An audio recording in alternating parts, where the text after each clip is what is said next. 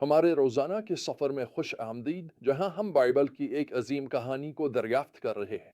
پچھلی قسط میں ہم نے ناکامی، خوف اور موت کی جڑوں کا جائزہ لیا، جو سب آدم اور حوا کے ایک اہم فیصلے سے جڑے ہوئے ہیں، اور ہم سب نے بھی وہی انتخاب کیا ہے۔ یہ ایک ایسا فیصلہ ہے جس کا سامنا ہم سب کو کرنا پڑتا ہے۔ یہ فیصلہ کہ ہم اپنی راہ خود بنائیں یا خدا کے راستے پر چلیں۔ جیسا کہ بائبل ظاہر کرتی ہے، یہ فیصلہ ایک بہت بڑی قیمت کے ساتھ آتا ہے۔ گناہ کی مزدوری موت ہے۔ جب بھی ہم خدا کے کلام پر بھروسہ کرنے سے من موڑتے ہیں، ہمارے اندر موت کے بیج بو دیے جاتے ہیں۔ کیا آپ نے کبھی سوچا ہے کہ زندگی کتنی شاندار ہو سکتی تھی اگر طلاق، جرم اور جنگ جیسے سماجی مسائل نہ ہوتے؟ پیدائش کی کتاب کی طرف واپس جا کر ہم دریافت کرتے ہیں کہ یہ سماجی بیماریاں کیسے شروع ہوئیں۔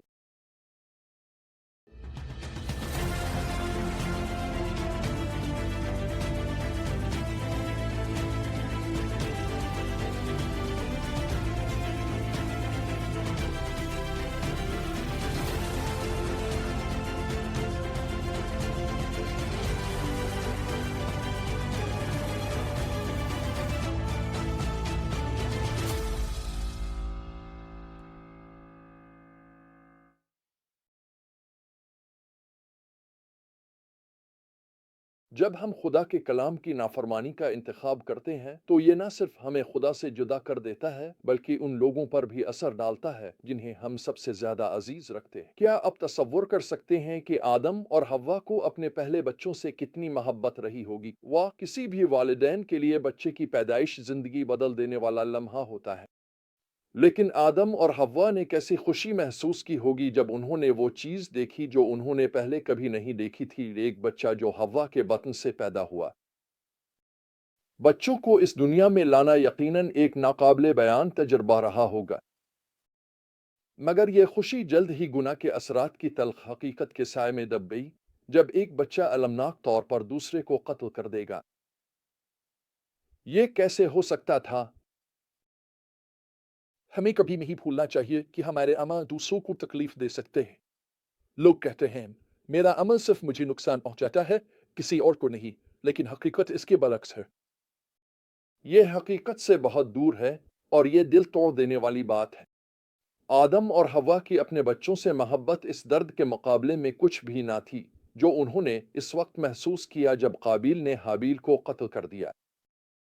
جب خدا نے قابیل سے اس کے گناہ پر سوال کیا تو ہم نے اس کے بیٹی کی حالت کے بارے میں بہت کچھ سیکھا۔ پیدائش 4:6 ہمیں بتاتی ہے کہ خداوند نے قابیل سے کہا، تم کیوں غصے میں ہو اور اداس ہو؟ اگر تم اچھا کرو گے تو کیا تمہیں قبول نہیں کیا جائے گا؟ اگر تم اچھا نہ کرو تو گناہ دروازے پر دبکا بیٹھا ہے اور تم پر قابو پانے کی خواہش رکھتا ہے۔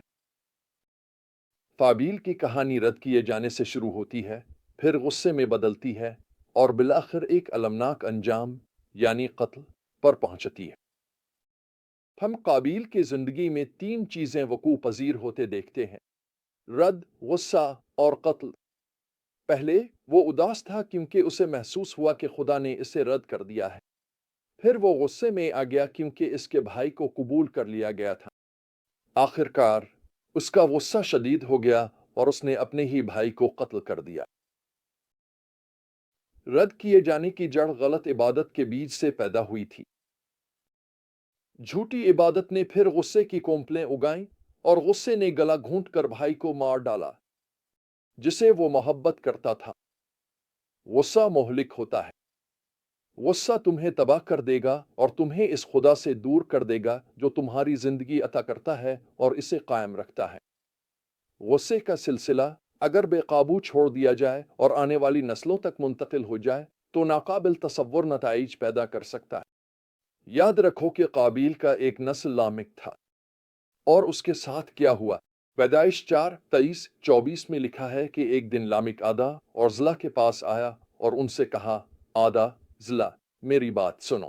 جو میں کہہ رہا ہوں اسے غور سے سنو۔ میں نے ایک آدمی کو مار ڈالا، ایک نوجوان کو، کیونکہ اس نے مجھے مارا تھا۔